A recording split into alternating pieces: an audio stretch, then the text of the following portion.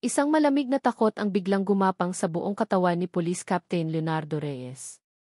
Ang boses sa kabilang linya ng cellphone ay kalmado, propesyonal, at walang anumang emosyon, iyon ang lalong nagpatindig ng kanyang mga balahibo.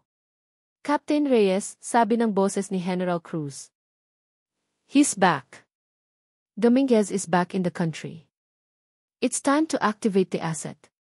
Tatlong pangungusap. Tatlong pangungusap lamang ang kailangan para gumuho ang mundong 5 taon niyang maingat na binuo. Humigpit ang hawak ni Leo sa kanyang cellphone, sapat na para halos mabasag ang screen nito. Ang salitang key asset, parang isang suntok iyon sa kanyang sikmura. Ngunit bago ang tawag na iyon, bago bumalik ang multo ng nakaraan, may isang umagang perpekto. Nagsimula ang araw na iyon sa amoy ng sinangag at pritong itlog. Iyon ang unang gumising kay Leo na sinundan ng maliliit na tawa mula sa labas ng kanilang kwarto.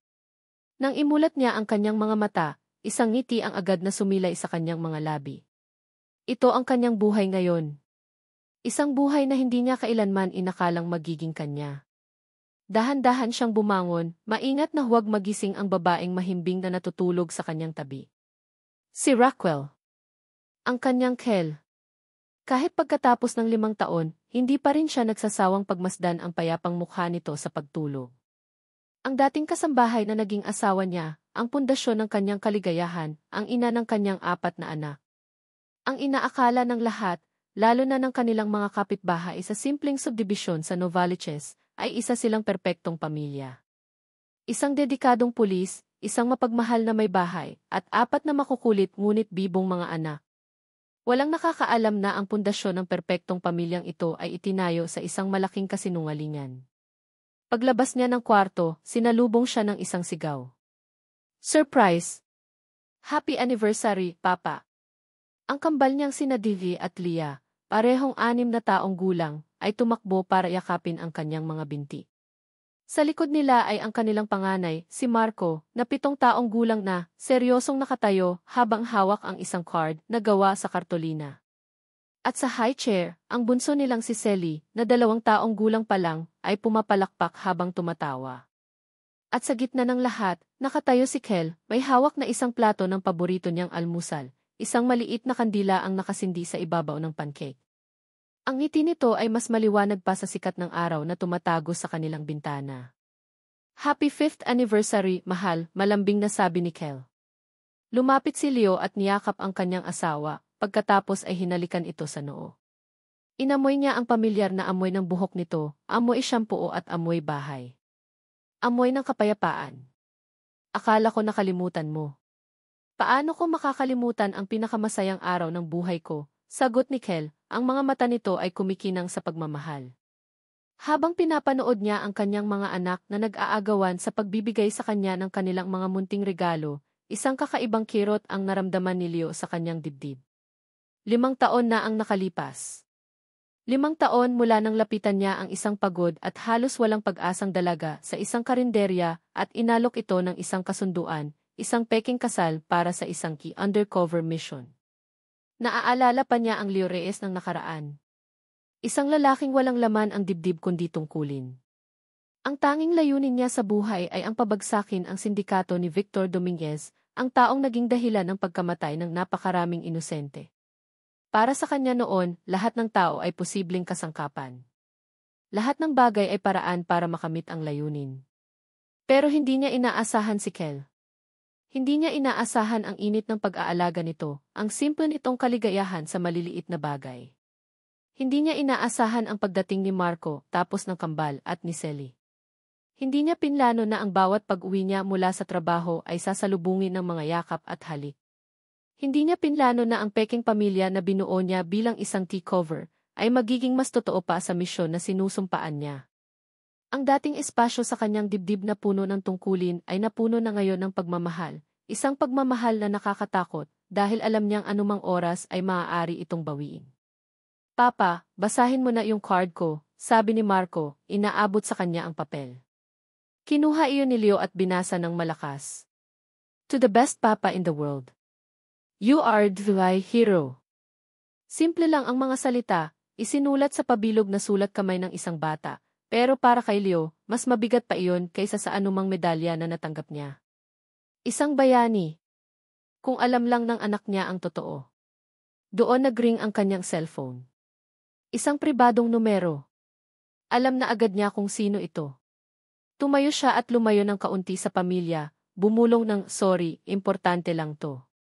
Ang ngiti sa mukha ni Kel ay bahagyang nawala, napalitan ng pag-aalala. Sanay na siya sa mga biglaang tawag, pero sa loob ng nakaraang taon, bihira na iyon mangyari. Akala niya, tapos na ang mga mapanganib na misyon ni Leo. Sinagot ni Leo ang tawag, at ang bawat salita mula kay General Cruz ay parang isang pako na ibinabaon sa kanyang puso. Dominguez is back, activate the asset. Nang ibaba niya ang tawag, nanatili siyang nakatalikod sa kanyang pamilya. Kailangan niya ng ilang segundo para kontrolin ang kanyang hininga, para piliting pakalmahin ang nagwawalang dugo sa kanyang mga ugat. Asset. Ang asawa niya.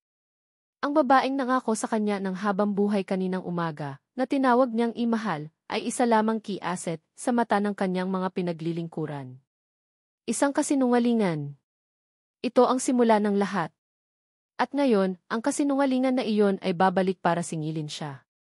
"Leo, okay ka lang ba?" tanong ni Kel, ang boses nito ay puno ng pag-aalala. Lumapit ito at marahang hinawakan ang kanyang braso.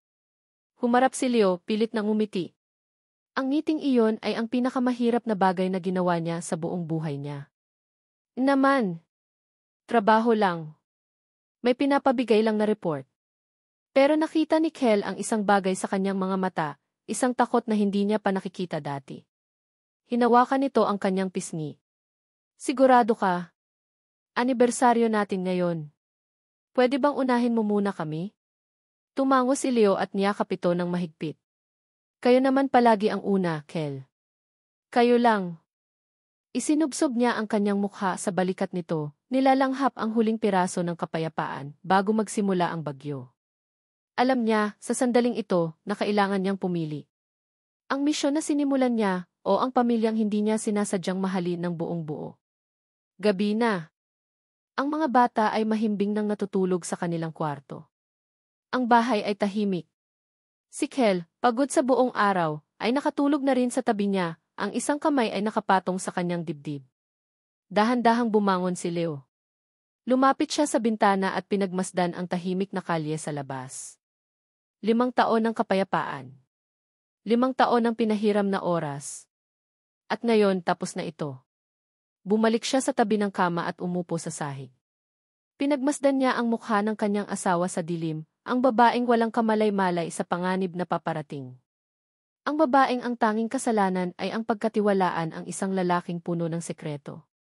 Hinaplos niya ang hangin, ilang pulgada lang mula sa pisngi nito, hindi ito magawang hawakan. Isang malamig na pakiramdam ang dumaloy sa kanyang mga ugat, isang pakiramdam ng kasalanan na mas matindi pa sa anumang sakit na naramdaman niya. At sa katahimikan ng gabi, sa loob ng bahay na itinayo niya sa pundasyon ng panlilinlang, isang bulong ang kumawala mula sa mga labi ni Leo Reyes, isang panalangin at isang sumpa. "Kel, mga anak, patawarin niyo ako." Para kay Raquel Santos Reyes, ang kaligayahan ay may amoy, lasa at tunog. Amoy ng bagong saing na kanin sa umaga. Lasa ng matamis na kape na tinitimpla niya para kay Leo. Tunog ng halakhak ng 4 niyang anak na naghahabulan sa kanilang maliit na sala. Sa loob ng 5 taon, ito ang naging mundo niya, isang mundong simple, payapa at buo. Ang kanilang anibersaryo kahapon ay perpekto. Ang munting sorpresa, ang mga regalo ng mga bata, ang paraan ng pagtitig sa kanya ni Leo na para bang siya ang pinakamagandang babae sa buong mundo. Sa kabila ng pagiging abala nito bilang isang pulis, palagi nitong ipinaparamdam sa kanya na siya at ang mga bata ang sentro ng universo nito. Iyon ang dahilan kung bakit ng gabing iyon, habang mahimbing siyang natutulog, hindi niya naramdaman ang pagbangon nito o narinig ang mga salitang ibinulong nito sa dilim. Ngunit kinaumagahan, may nag-iba. Naramdaman niya ito sa katahimikan ni Leo habang nag-aalmusal. Ang ngiti nito ay naroon pero hindi abot sa mga mata. Ang mga sagot nito sa tanong ng mga bata ay maikli, ang isip ay tila lumilipad sa ibang lugar. Nang umalis ito para sa trabaho, ang halik nito sa kanyang pisngi ay mabilis at walang init.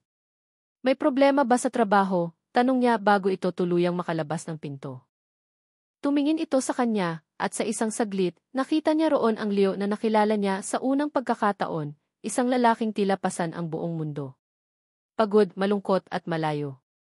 Ngunit mabilis itong umiti ulit. Wala, mahal. Huwag mo akong alalahanin. Babawi ako pag-uwi ko. Hindi siya naniwala, pero tumango na lang siya. Ganoon naman palagi. Siya ang tagapangalaga ng kapayapaan sa kanilang tahanan. Kung may bumabagabag sa kanyang asawa, ang tungkulin niya ay ang gawing mas magaan ang lahat pag-uwi nito. Kaya't ng araw na iyon, nagpa siya siyang sorpresahin ulit si Leo.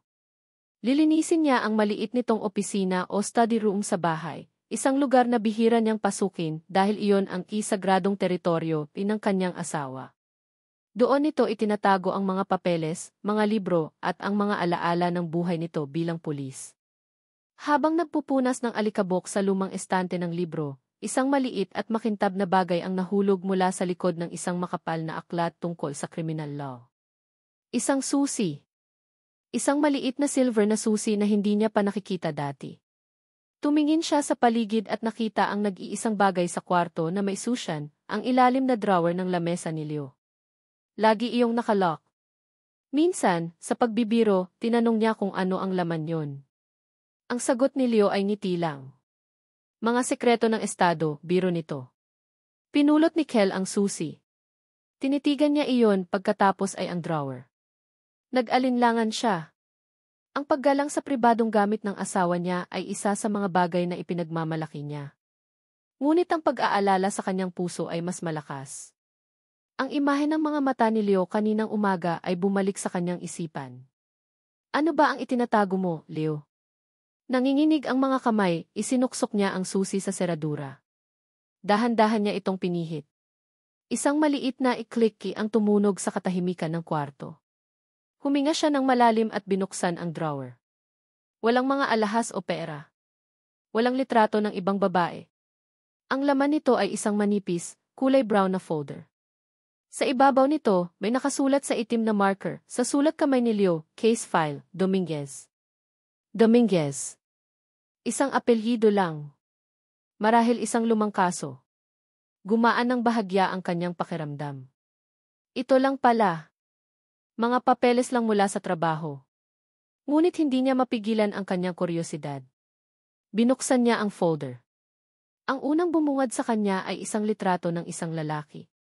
Nasa mga 50 anyos, mukhang kagalang-galang, nakasuot ng mamahaling suit. May ngiti ito sa mga labi, ngunit ang mga mata nito ay malamig. Isang pamilyar na kaba ang naramdaman ni Kel, ngunit hindi niya matukoy kung saan niya ito nakita. Sa ilalim ng litrato may mga report. Mga police report na may mga petsa mula pa 7 taon na ang nakalilipas. Habang binabasa niya ang mga teknikal na salita, syndicate, money laundering, smuggling, isang piraso ng papel na mas luma at mas naninilaw kaysa sa iba ang nakaagaw ng kanyang pansin.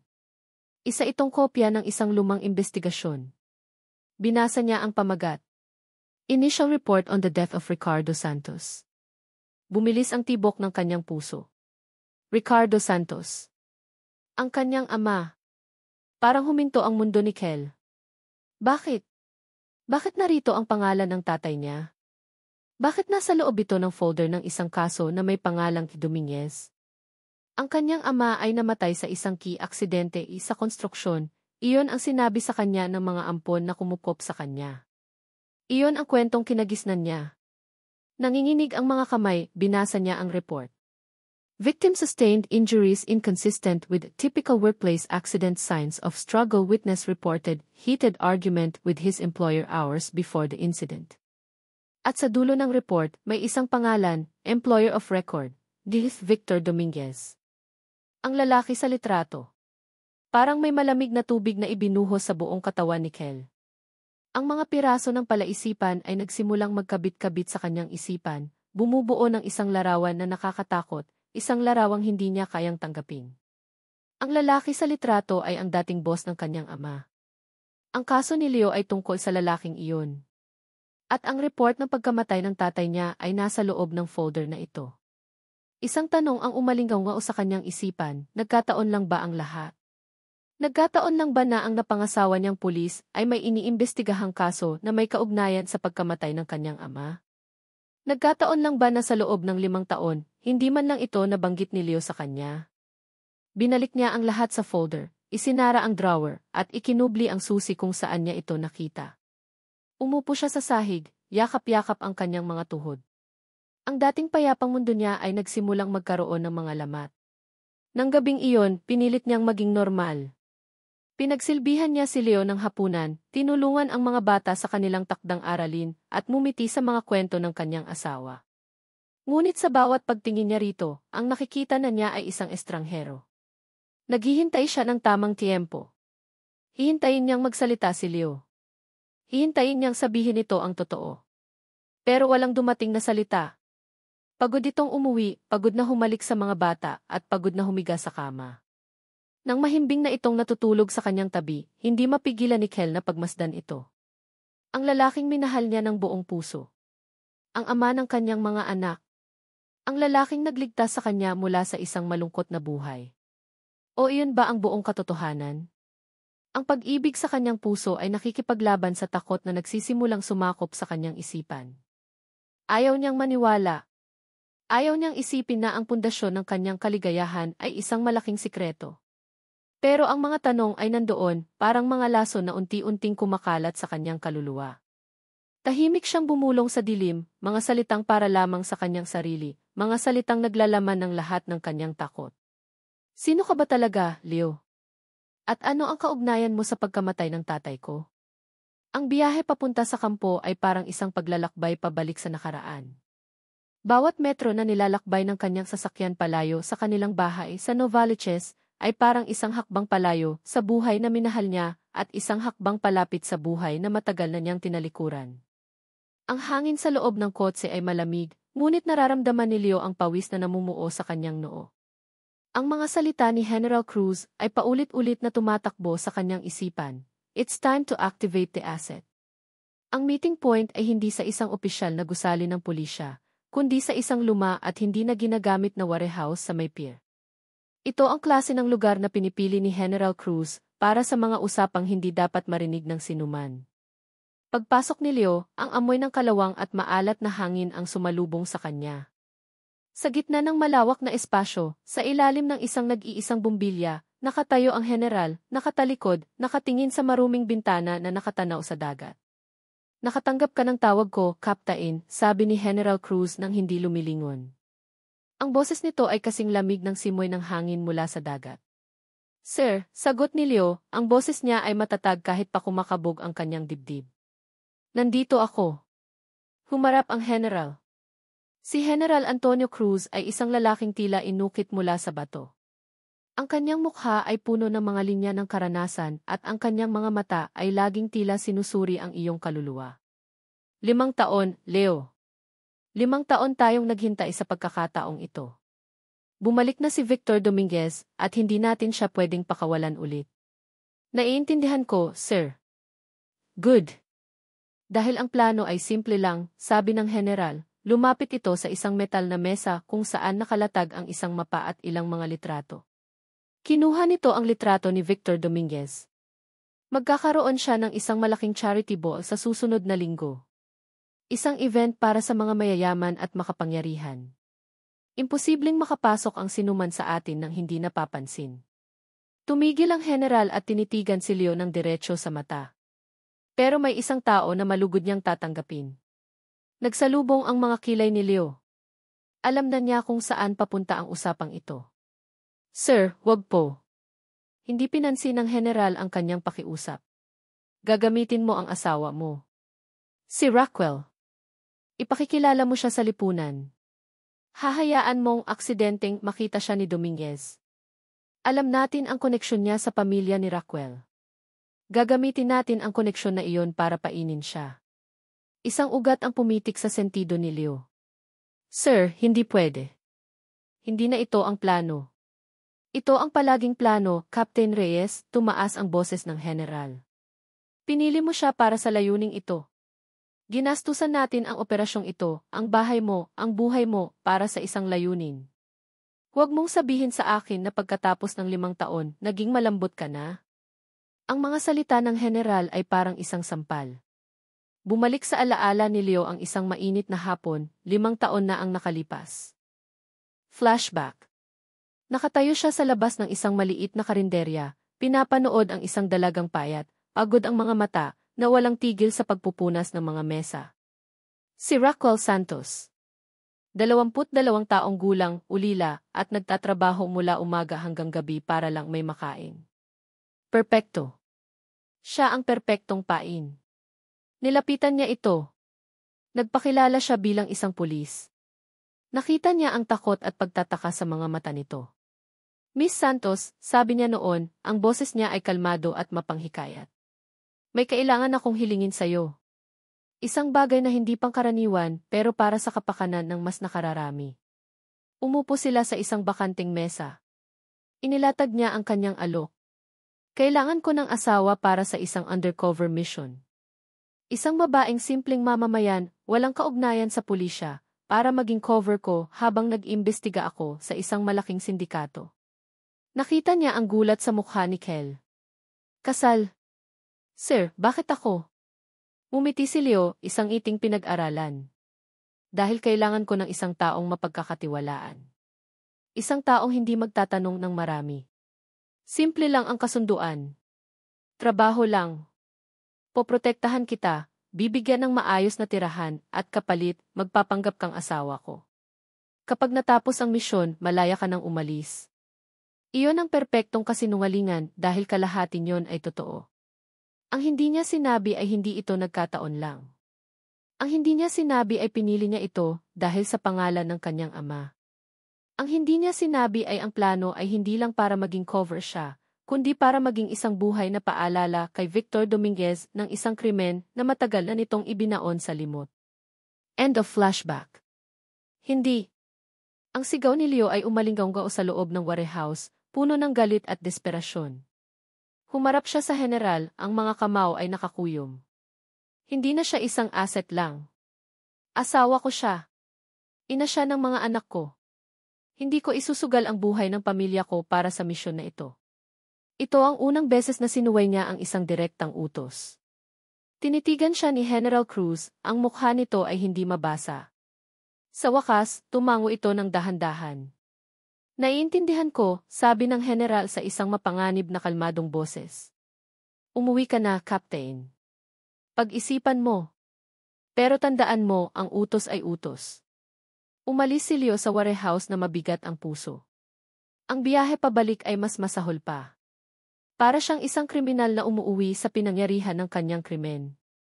Pagdating niya sa bahay, sinalubong siya ng ingay at tawanan. Buhay. Ito ang buhay na pinili niyang protektahan. Nang gabing iyon, habang nanonood sila ng balita sa telebisyon, biglang lumitaw ang isang pamilyar na mukha sa screen. Si Victor Dominguez, nakangiti, napapaligiran ng mga reporter sa isang press conference para sa kanyang charity foundation. Isang karangalan para sa akin na makabalik sa aking bayan at makatulong sa ating mga kababayan, sabi ni Dominguez sa screen, ang boses niya ay malumanay at kagalang-galang.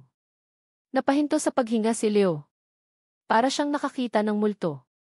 Ang halimaw na hinahanap niya ay nasa kanyang sala, sa loob ng kanyang telebisyon, isang pindot na lang ang layo mula sa kanyang pamilya. Pero hindi niya namalayan na sa likod niya, si Kel, na nag-aayos ng mga laruan ng mga bata, ay napatigil din ang mga mata nito ay nakatutok sa screen. Ang mukha ni Victor Dominguez ay malinaw na malinaw. Ang ngiti. Ang malamig na mga mata. Iyon ang lalaki sa litrato. Ang lalaki sa lumang folder na nakita niya sa drawer ni Leo. Ang dating boss ng kanyang ama. Ang hininga ni Kel ay tila naipit sa kanyang lalamunan. Ang katahimikan sa kanyang likuran ay mas nakakabingi kaysa sa anumang sigaw. Dahan-dahan, ang lahat ng piraso ng palaisipan, ang sikretong folder, ang pagkamatay ng kanyang ama, ang biglaang pagbabago sa kilos ni Leo, ay nagkabuhol-buhol sa isang nakapangingilabot na katotohanan. At sa sandaling iyon, alam niyang ang buhay na akala niya ay perpekto ay isa lamang napakagandang kasinungalingan. Nakatayo si Raquel sa gitna ng kanilang sala, ngunit ang isip niya ay nasa ibang lugar, sa isang panahong matagal na niyang kinalimutan. Ang boses ni Victor Dominguez mula sa telebisyon ay tila isang tinig mula sa nakaraan, isang multo na biglang nagkatawang tao. Ang mga anak niya ay naglalaro pa rin sa sahig, walang kamalay-malay sa bigat na biglang bumalot sa dibdib ng kanilang ina. Tumingin siya kay Leo. Nakaupo ito sa sofa, ang mga mata ay nakapako pa rin sa screen, ngunit ang ekspresyon nito ay hindi na mabasa. Isang pader ang tila biglang itinayo sa pagitan nilang dalawa. Ang asawa niya, ang kasama niya sa buhay, ay biglang naging isang estranghero na maihawak na susi sa kanyang nakaraan.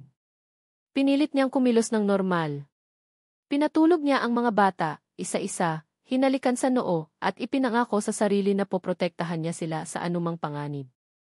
Kahit pa ang panganib na iyon ay nagmumula sa lalaking tinatawag nilang si Papa. Nang silang dalawa na lang ni Leo ang gising, ang katahimikan sa bahay ay nakakabingi. Umupo si Leo sa tabi niya sa sofa. Sinubukan nitong hawakan ang kanyang kamay, ngunit umiwas siya. Doon nagsimula. May problema ba, Kel? Tanong ni Leo, ang boses ay malumanay, ngunit may bahid ng pag-ingat. Huminga ng malalim si Rockwell. Tinipon niya ang lahat ng kanyang lakas ng loob. Ito na iyon. Leo, sino ang lalaking nasa balita kanina? Si Victor Dominguez. Nakita niya ang halos hindi mahahalata na pagbabago sa postura ni Leo. Ang bahagyang paninigas ng kanyang mga balikat. Ang mabilis na pagkurap ng kanyang mga mata. Sinusubukan nitong maging kalmado, ngunit kilala niya ang bawat galaw ng kanyang asawa. May itinatago ito. Ah, iyon ba, sabi ni Leo, sinubukang maging kaswal. Isa siyang person of interest sa isang malaking kaso na hawak namin dati. Isang mapanganib na tao, Kel. Mas mabuti kung hindi mo na siya iisipin. Huwag kang lalapit sa kanya, kahit anong mangyari. Isang babala. Pero hindi iyon ang sagot na kailangan niya. Tinitigan niya ito ng diretsyo sa mata, ang mga mata na minsan ay naglalaman ng buong mundo para sa kanya. Isang kaso lang ba, Leo? O isang kaso na may kinalaman sa tatay ko? Ang tanong ay tumama na parang isang sampal. Kitang-kita ni Kel ang gulat sa mukha ni Leo na mabilis nitong itinago sa likod ng isang maskara ng pagiging pulis. Kel, saan mo narinig yan? Huwag kang maniniwala sa mga sabi-sabi. Police business ito. Masyadong komplikado. Hindi ako naniniwala sa sabi-sabi, Leo. Nakita ko, sabi ni Kel, ang boses niya ay nagsimulang manginig sa pinipigilang emosyon. Nakita ko ang folder sa drawer mo. Ang report tungkol sa pagkamatay ni tatay. Bakit nasa folder iyon ng kaso ni Dominguez? Bakit hindi mo sinabi sa akin? Natigilan si Leo. Wala na itong mabilis na sagot. Sa halip, ang nakita ni Kel sa mukha nito ay isang bagay na mas masakit pa sa anumang kasinungalingan, awa. Kel, ginagawa ko ito para protektahan ka, sabi ni Leo sa wakas, ang boses ay halos pabulong na. Ayokong buksan pa ang mga sugat ng nakaraan. Magtiwala ka sa akin. Pagkabigo. Iyon ang naramdaman ni Kel. Isang matinding, umaapaw na pagkabigo. Paano siya hihilingan ni Leo na magtiwala gayong ito mismo ang sumisira sa tiwalang iyon? Ang pag-ibig niya para rito ay nagsimulang matabunan ng duda. Ang bahay na dati niyang itinuring na kanlungan ay nagsimulang maging isang kulungan na puno ng mga sekreto. Tumayo si Kel. Gusto ko nang matulog, sabi niya, ang boses ay malamig at walang emosyon. Hindi na niya ito hinintay. Pumasok siya sa kwarto at nagtalukbong ng kumot, kahit pa ang kanyang isip ay gising na gising. Narinig niyang pumasok si Leo sa kwarto makalipas ang ilang sandali. Naramdaman niya ang paglubog ng kama sa tabi niya. Ngunit hindi ito nagsalita. At hindi rin siya nagsalita. Natulog silang magkatabi, pero milya-milya ang layo ng kanilang mga puso. Kinaumagahan, alam na ni Kel ang kailangan niyang gawin. Hindi niya makukuha ang katotohanan kay Leo. Kailangan niyang hanapin ito sa kanyang sarili. Nang makaalis si Leo para sa trabaho at maihatid ang mga bata sa eskwela, hinalungkat niya ang isang lumang bowl kung saan niya itinatago ang ilang gamit na natira mula sa kanyang pagkabata. Sa ilalim ng mga lumang damit at ilang laruan, nakita niya ang isang maliit at halos mapunit ng address book. Hinanap niya ang isang pangalan. Tita Elena. Ang pinsan ng kanyang ina. Ang tanging kamag-anak na natitira sa kanya na nakatira sa probinsya. Matagal na silang hindi nagkikita, pero alam niyang si Tita Elena lang ang posibleng may alam sa buong kwento. Ginamit niya ang kanyang cellphone, ang mga daliri ay nanginginig habang pinipindot ang mga numero. Nagring ito ng ilang beses. Balak na sana niyang ibaba nang may sumagot. Hello? Isang boses ng matanda, medyo garalgal. Tita Elena, nauutal na tanong ni Kel. Si Raquel po ito, tita. Si Kel. Isang sandali ng katahimikan na sinundan ng isang masayang sigaw. Hel. Hisa. Diyos ko, ikaw nga. Kumusta ka na? Ang tagal nating hindi nag-usap. Pinilit ni Kel na ngumiti kahit pa may namumuong luha sa kanyang mga mata. Okay lang po ako, tita. Kayo po, kumusta? Nagkamustahan sila ng sandali, ngunit hindi maalis ni Kel ang bigat sa kanyang dibdib. Huminga siya ng malalim. Tita, may itatanong po sana ako. Isang mahalagang tanong. Tungkol po kay tatay. Nagbago ang tono ng kanyang tita. Nawala ang saya, napalitan ng pag-iingat. Ang tatay mo. Bakit, anak? Matagal na siyang wala. May pangalan po akong narinig, tita. Victor Dominguez. May kaugnayan po ba siya sa pamilya natin? Isang mahabang, nakabibinging katahimikan ang sumunod. Narinig ni Kel ang mabibigat na paghinga ng kanyang tita sa kabilang linya. Tita Elena, nariyan pa po ba kayo? Hiha, nanginginig ang boses ng matanda. Saan mo narinig ang pangalang iyan? Huwag mo nang buksan ang nakaraan. Mapanganib. Ngunit hindi na siya papipigil. Ang pag-ibig niya sa kanyang mga anak ay mas malakas kaysa sa kanyang takot. Tita, para sa mga anak ko po ito. May mga bagay na hindi tama. May mga sikreto ang asawa ko. Kailangan kong malaman ang totoo. Please po. Narinig niya ang isang pigil na hikbi mula sa kabilang linya. Ang pag-aatubili ng kanyang tita ay nagpapatunay lang na may malalim na sikretong itinatago ang nakaraan. Sa wakas, nagsalita si Tita Elena, ang boses nito ay basag at puno ng pait na naipon sa loob ng maraming taon. Ang mga salita nito ay tumusok sa puso ni Kel na parang isang kutsilyo, winawasak ang lahat ng kasinungalingan at iniiwan siyang nakalutang sa isang karagatan ng masakit na katotohanan. Anak, si Victor Dominguez siya ang dating boss ng tatay mo. At may utang na dugo siya sa pamilya natin. Ang mga salita ni Tita Elena ay parang isang bomba na sumabog sa loob ng isipan ni Raquel. Utang na dugo. Isang pariralang madalas niyang marinig sa mga pelikula, ngunit hindi niya kailanman inakalang maririnig niya ito kaugnay sa sarili niyang pamilya.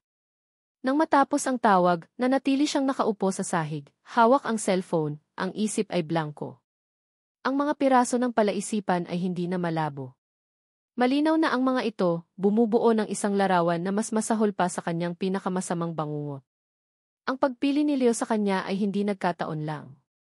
Ang key undercover mission ay isang kasinungalingan. Ang pagkamatay ng kanyang ama ay hindi isang aksidente.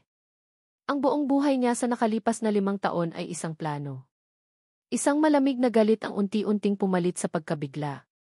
Isang galit na hindi pa niya nararamdaman sa buong buhay niya. Galit para kay Victor Dominguez, ang lalaking may utang na dugo sa kanila. At isang mas malalim, mas masakit na galit para kay Leo, ang lalaking minahal niya, pinagkatiwalaan, at pinagsilbihan, na ginamit lang pala siya. Hindi na siya iiyak. Tapos na ang panahon ng pagiging mahina. Kinagabihan, hindi na niya pinilit na maging normal. Hindi siya nagluto ng hapunan. Hindi niya inayos ang mga laruan. Nang dumating si Leo mula sa trabaho, ang nadatnan nito ay isang bahay na madilim at tahimik. Nakaupo si Raquel sa sofa sa gitna ng sala, nag-iisa sa dilim. Sa ibabaw ng center table, nakapatong ang lumang folder mula sa kanyang drawer.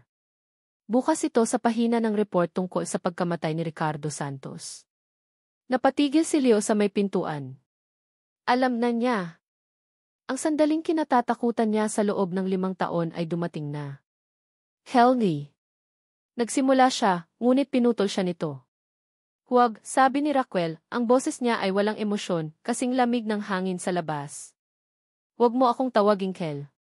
Ang pangalang iyan ay para sa asawa mo. At hindi ako sigurado kung sino ka. Lumapit si Leo, ang mukha ay puno ng pagsisisi. Makapagpapaliwanag ako. Isang tawang walang saya ang kumawala sa mga labi ni Raquel. Magpapaliwanag? Ano ang ipapaliwanag mo, Leo? Na ang pagkamatay ng tatay ko ay hindi aksidente. Na ang dating boss niya, si Victor Dominguez, ang may kinalaman dito? O ipapaliwanag mo kung bakit ang isang pulis na nag-iimbestiga sa kasong iyon ay nagkataon lang na napangasawa ang ulilang anak ng biktima? Bawat tanong ay parang isang sampal sa mukha ni Leo. Walang salitang lumabas sa kanyang bibig. Ang kanyang katahimikan ay ang kumpirmasyong hinihintay ni Raquel. Hindi nagkataon lang, di ba, Leo? Tumayo si Raquel, ang mga mata niya ay nag-aapoy sa galit. Hindi mo ako natagpuan. Hinanap mo ako. Hindi ka naawa sa akin. Ginamit mo ako. Tumingin si Leo sa sahig, hindi makatingin ng diretso sa kanya. At doon, sa wakas, sumuko siya. Bulong niya, ang boses ay basag. Ang isang salitang iyon ay nagwasak sa lahat ng natitirang pag-asa sa puso ni Raquel. Pag-amin ni Leo, tumingin na ito sa kanya, ang mga mata ay puno ng luha. Kel, pinili kita. Iyon ang orihinal na plano. Gagamitin ka sana bilang bilang paraan para makalapit kay Dominguez. Iyon ang utos. Iyon ang misyon. Ang bawat salita ay parang isang punyal na paulit-ulit na isinasaksak sa kanyang dibdib. Pero maniwala ka, pagpapatuloy ni Leo, humakbang ito palapit, ang mga kamay ay nakaunat na tila nakikiusap. Hindi ko pinlano na mahulog sa'yo. Hindi ko pinlano ang mga bata. Hindi ko pinlano na mahalin ka ng ganito. Maniwala ka, Kel, ang pagmamahal ko sa'yo at sa mga bata iyon lang ang totoo sa lahat ng ito.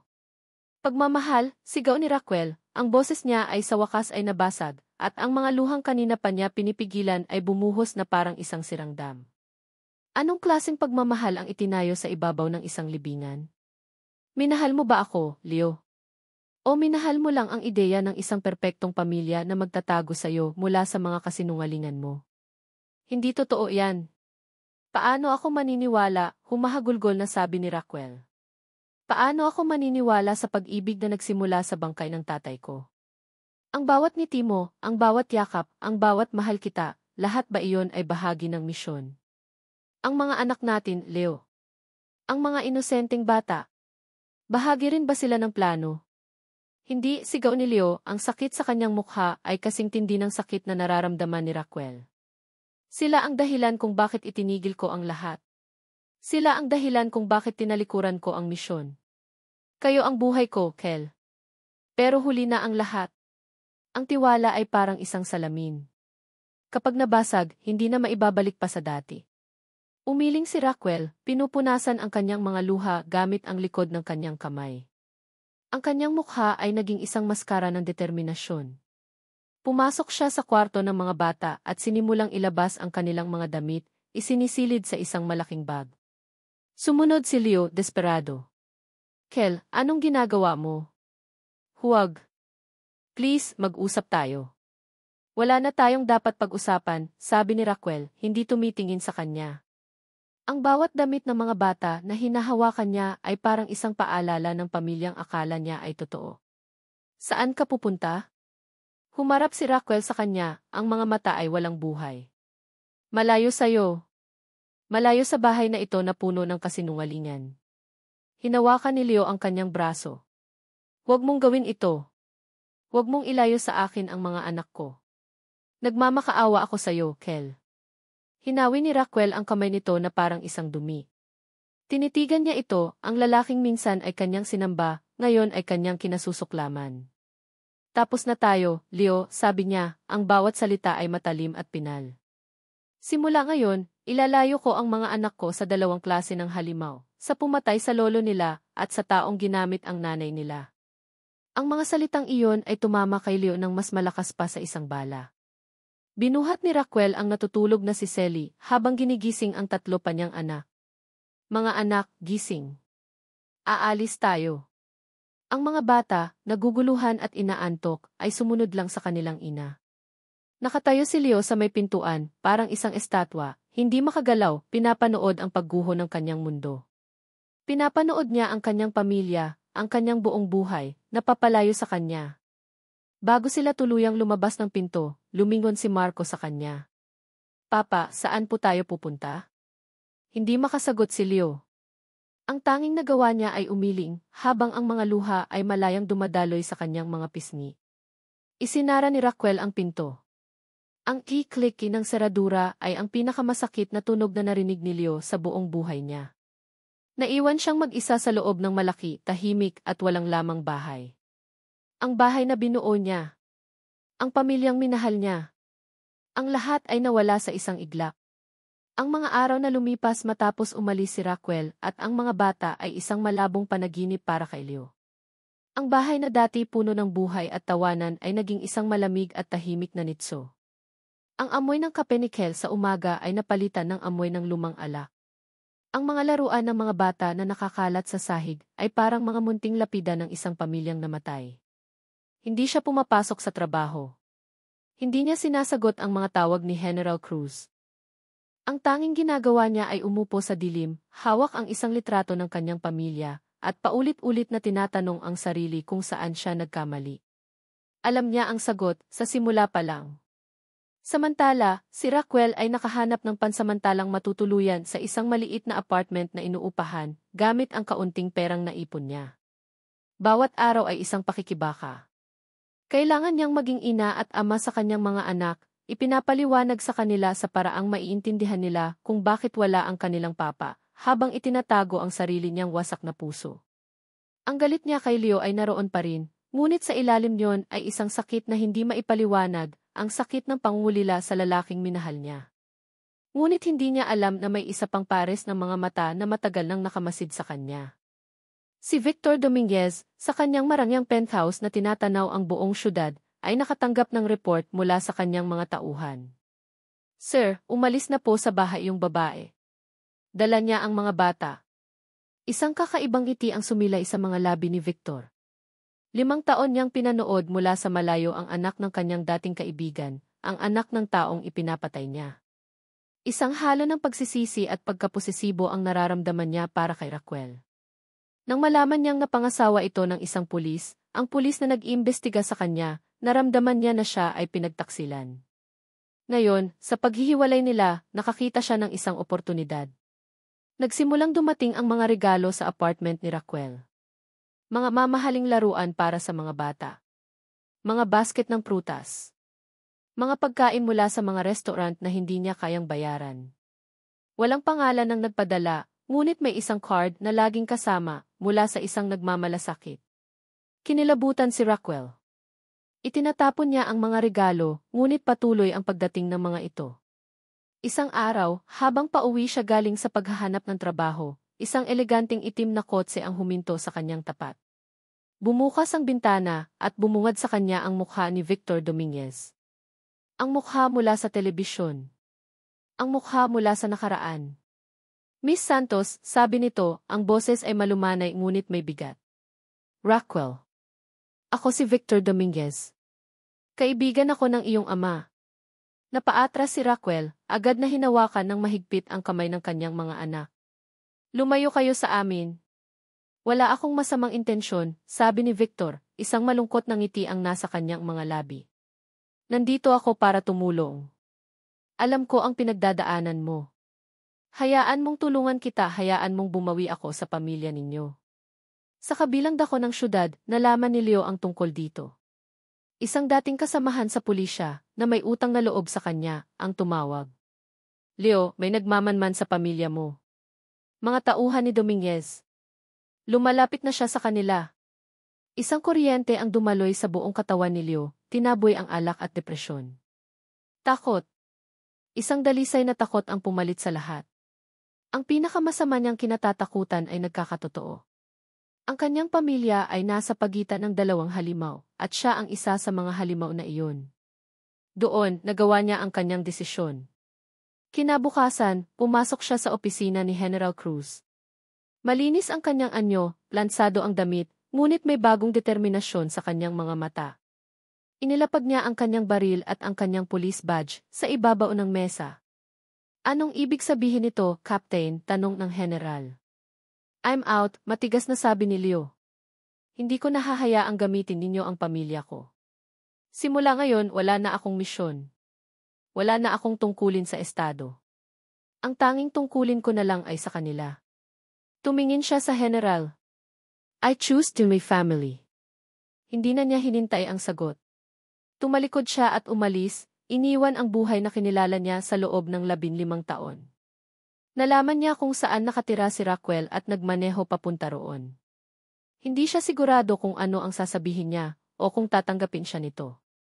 Ang alam lang niya ay kailangan niyang protektahan sila. Pagdating niya sa harap ng gusali ng apartment, nakita niya ang itim na kotse ni Dominguez na nakaparada sa labas. At nakita niya si Victor, kausap si Raquel at ang mga bata sa may entrance. Nakita niya ang takot sa mukha ni Raquel at ang pagkalito sa mukha ng kanyang mga anak. Bumaba siya ng kotse. Ang lahat ng sakit, galit at pagsisisi ay nag-alab sa loob niya. Dominguez, sigaw niya. Lumingon ang lahat. Nakita ni Raquel si Leo at ang takot sa mukha niya ay napalitan ng gulat. Nakita ni Victor si Leo at ang malumanay niyang ngiti ay napalitan ng isang mapanuyang ekspresyon. Ang magiting na pulis, sabi ni Victor. Lumayo ka sa pamilya ko, ganti ni Leo, humakbang siya sa pagitan ni Dominguez at ng kanyang mag-ina, nagsisilbing isang pader. Pamilya mo, tumawa si Victor. Ang pamilyang binuo mo sa kasinungalingan? Raquel, Hija, hindi mo ba nakikita? Ginamit ka lang ng lalaking ito. Ako, ang pamilya mo ang gusto kong tulungan. Doon, sumabog si Raquel. Humakbang siya paharap, itinulak ang dalawang lalaki palayo sa kanyang mga anak. Hinarap niya silang dalawa, ang kanyang mga mata ay nag-aapoy. Tumigil kayo, sigaw niya, ang boses ay puno ng kapangyarihan na hindi niya alam na taglay niya. Pareho lang kayo. Ikaw, turo niya kay Victor, ipinapatay mo ang tatay ko. At ikaw, turo niya kay Leo, ginamit mo ang pagkamatay niya para sa sarili mong kapakanan. Pareho kayong halimaw. At wala ni isa sa inyo ang may karapatan sa mga anak ko. Sa gitna ng tensyon, isang tauhan ni Victor, na kinakabahan sa pagdating ni Leo, ay gumawa ng isang malaking pagkakamali. Hinugot nito ang kanyang baril, itinutok kay Leo. Huwag, sigaw ni Victor, na pagtanto ang kapalpakan. Pero huli na ang lahat. Isang putok ng baril ang umalinggaw sa tahimik na kalye, sinisira ang katahimikan at nagbabago sa kapalaran ng lahat. Para kay Leo, ang lahat ay nag-slow motion. Nakita niya ang pagputok. Nakita niya ang takot sa mukha ni Raquel. At nakita niya ang isang bagay na hindi niya inaasahan. Si Victor Dominguez, ang kriminal, ang target, ang halimaw ay biglang gumalaw. Itinulak nito si Raquel at ang mga bata palayo, at sinalo ng sarili niyang katawan ang balang dapat ay para kay Leo. Ang tunog ng putok ng baril ay tila nanatili sa hangin, isang nakabibinging katahimikan ang pumalit pagkatapos. Para kay Raquel, ang mundo ay gumuho sa harap niya sa ikalawang pagkakataon. Nakita niya ang pagbagsak ni Victor Dominguez sa semento, ang pulang mansa na mabilis na kumakalat sa puting polo nito. Sa isang iglap, kinalimutan ni Leo ang lahat, sinugod niya ang armadong tauhan, inagaw ang baril, at pinusasan ito gamit ang sariling sinturon, ang kanyang mga galaw ay mabilis at mekanikal, tulad ng isang pulis na bumalik sa kanyang tungkulin. Nang lumingon si Leo, ang nakita niya ay isang eksenang hinding-hindi niya malilimutan. Nakaluhod si Raquel sa tabi ni Victor. Ang mga bata, umiiyak sa takot, ay nakayakap sa binti ng kanilang ina. Si Victor, hirap na humihinga, ay nakatingin kay Raquel, ang kanyang mga mata ay hindi na malamig, kundi puno ng isang emosyong matagal nang nawala, pagsisisi. Kek Heldy. Bulong ni Victor, umubo ito ng dugo. Ang iyong ama. Patawarin ni. Hinawakan ni Raquel ang kamay ni Victor. Hindi dahil sa awa o pagmamahal, kundi dahil sa isang hindi maipaliwanag na koneksyon. Ito ang kanyang ama sa pagkakataon, ang halimaw na may dugo ng kanyang tunay na ama, na ngayon ay namamatay sa kanyang harapan para iligtas sila. Ang mga luha ay tumulo mula sa kanyang mga mata, mga luhang hindi para sa kalungkutan o galit, kundi para sa trahedya ng kanilang mga buhay na pinagtagpi-tagpi ng kasinungalingan. Dumating ang mga pulis at ambulansya. Dinampot ang tauhan ni Victor. Isinakay si Victor sa ambulansya, ngunit bago pa man makarating sa ospital, binawian na ito ng buhay. Ang kaso ni Victor Dominguez, na kumitil sa buhay ng marami at sumira sa buhay ni Leo, ay natapos hindi sa isang malaking operasyon, kundi sa isang kalye sa Quezon City, sa isang akto ng hindi inaasahang pagtubos. Sa mga sumunod na linggo, si Leo ang naging anino ni Raquel. Hindi siya lumalapit, hindi siya nangungulit. Pero palagi siyang nandyan. Siya ang kumausap sa mga investigador. Siya ang nag-asikaso ng mga papeles. Siya ang nagsilbing pader sa pagitan ni Raquel at ng media na biglang naging interesado sa ulilang anak ni Dominguez. Ginawa niya ang lahat ng ito, hindi bilang asawa o manliligaw, kundi bilang isang taong may utang na kailangang bayaran. Isang araw, binigyan ni Leo si Raquel ng isang selyadong sobre. Galing sa abogado ni Dominguez, sabi niya. Para sa'yo raw. Nag-aalangan, binuksan ito ni Raquel.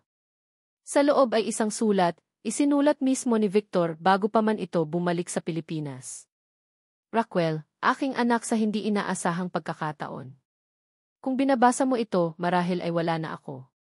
Walang salita ang makapagsasabi kung gaano ko pinagsisisihan ang ginawa ko sa iyong ama. Isa siyang mabuting tao, isang kaibigan. Ngunit sinilaw ako ng kapangyarihan. Sa loob ng maraming taon, pinanood kita mula sa malayo.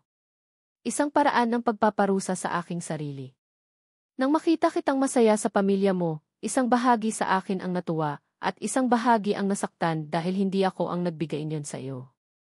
Walang makapagbabalik sa nakaraan.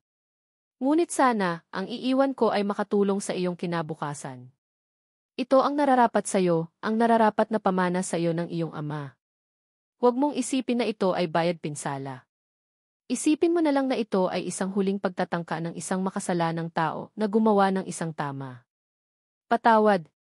Kalakip ng sulat ay mga dokumento na nagsasalit ng lahat ng legal na ari-arian ni Victor, mga kumpanya, lupa, at pera na hindi bahagi ng kanyang mga iligal na gawain, sa pangalan ni Raquel at ng kanyang mga anak.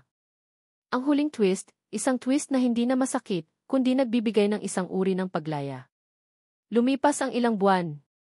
Ang ingay ng media ay humupa na.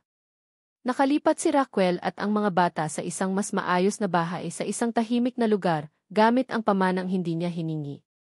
Sinimulan niyang buuin muli ang kanilang buhay sa pagkakataong ito sa pundasyon ng katotohanan. Isang hapon, habang nagdidilig siya ng mga halaman sa kanyang hardin, isang pamilyar na kotse ang huminto sa tapat ng kanyang gate. Si Leo. Hindi na siya nagulat. Tila hinihintay na niya ito. Bumaba si Leo ng kotse. Mas payat siya, may iilang puting buhok na sa kanyang sentido, ngunit ang kanyang mga mata ay mas malinaw na ngayon, walang bahid ng mga sikretong itinatago. Hindi siya pumasok. Nanatili siyang nakatayo sa labas ng gate, parang isang bisitang hindi sigurado kung tatanggapin. Kamusta na kayo? Tanong niya, ang boses ay mahina. Maayos kami, sagot ni Raquel, ang boses ay kalmado. Nagkaroon ng mahabang katahimikan. Walang sisihan. Walang galit. Tanging ang bigat ng lahat ng nangyari sa pagitan nila. Hindi ako naparito para humingi ng tawad, sabi ni Leo sa wakas. Dahil alam kong walang sapat ng sorry para sa ginawa ko. Hindi rin ako naparito para hilingin na bumalik ka sa akin. Dahil sinira ko ang karapatan kong iyon. Tumingin si Leo sa kanya, ang mga mata ay puno ng isang emosyong hindi pa nakikita ni Raquel dati, isang dalisay na pagpapakumbaba. Naparito ako para magpaalam at para humingi ng pahintulot. Pahintulot? Pahintulot na maging ama sa mga anak ko, sabi ni Leo, ang boses ay nabasag. Kahit iyon na lang, Kel. Hayaan mo akong maging ama sa kanila. Ipakita sa kanila ang tamang landas. Iyon na lang ang hihilingin ko. Tinitigan siya ni Raquel ng matagal. Nakita niya ang pagsisisi. Nakita niya ang sakit.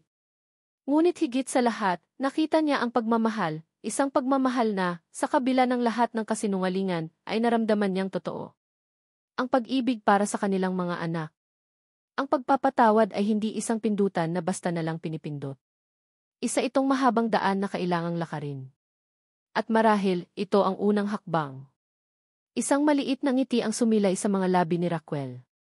Isang ngiting hindi pa niya naibibigay sa loob ng maraming buwan. Palamig na ang panahon, Leo, sabi niya. Gusto mo bang pumasok para magkape? Nakita ni Leo ang pag-asa sa mga salitang iyon. Isang maliit na sinag ng liwanag sa dulo ng isang napakahabang, madilim na lagusan. Tumango siya, hindi makapagsalita, habang ang mga luha ng pasasalamat ay namumuo sa kanyang mga mata. Binuksan ni Raquel ang gate. Pumasok si Leo. Ang pinto ng kanilang bagong simula ay nagsara sa likuran niya. Walang mga pangako. Walang kasiguraduhan. Ngunit mayroong isang bagay na mas mahalaga, isang pangalawang pagkakataon. Isang pagkakataon na buuin muli ang isang pamilya, hindi mula sa kung paano ito nagsimula, kundi mula sa pag-ibig na piniling panindigan at ipaglaban. At dito nagtatapos ang kwento ni Leo at Raquel, isang paglalakbay na sinubok ng kasinungalingan, ngunit binigyan ng pagkakataong magsimulang muli. Sa aking mga minamahal na tagapakinig, maraming salamat po sa inyong walang sawang pagsubaybay at sa pagsama ninyo sa amin sa bawat kabanata ng kwentong ito. Ang inyong pakikinig ang nagbibigay buhay at kulay sa bawat salitang aming binibitawan. Ang pagsulat sa kwento ni Leo at Raquel ay isa ring paglalakbay para sa akin. Hindi naging madali ang bigyan ng buhay ang mga tauhang may bitbit na mabibigat na lihim at sakit. Bawat ngiti, bawat luha, at bawat sandali ng kanilang pag-aalinlangan ay pinag-isipan naming mabuti upang maiparating sa inyo ang bigat at halaga ng kanilang mga pinagdaanan. Sa kanilang kwento, sana ay napulot natin ang isang mahalagang aral, na ang tunay na pamilya at pag-ibig ay hindi laging nagsisimula sa paraang perpekto. Minsan, ito ay nasusukat sa kung paano tayo bumabangon matapos madapa, kung paano tayo natututong magpatawad kahit gaano kasakit, at kung paano tayo patuloy na humahanap ng pag-asa sa gitna ng kawalan. Ngayon, nais po naming marinig ang inyong mga saloobin. Ano ang aral na inyong napulot mula kina Leo at Raquel? Aling bahagi ng kanilang kwento ang pinakatumatak sa inyong puso? Mangyari po lamang na iwanan ninyo ang inyong komento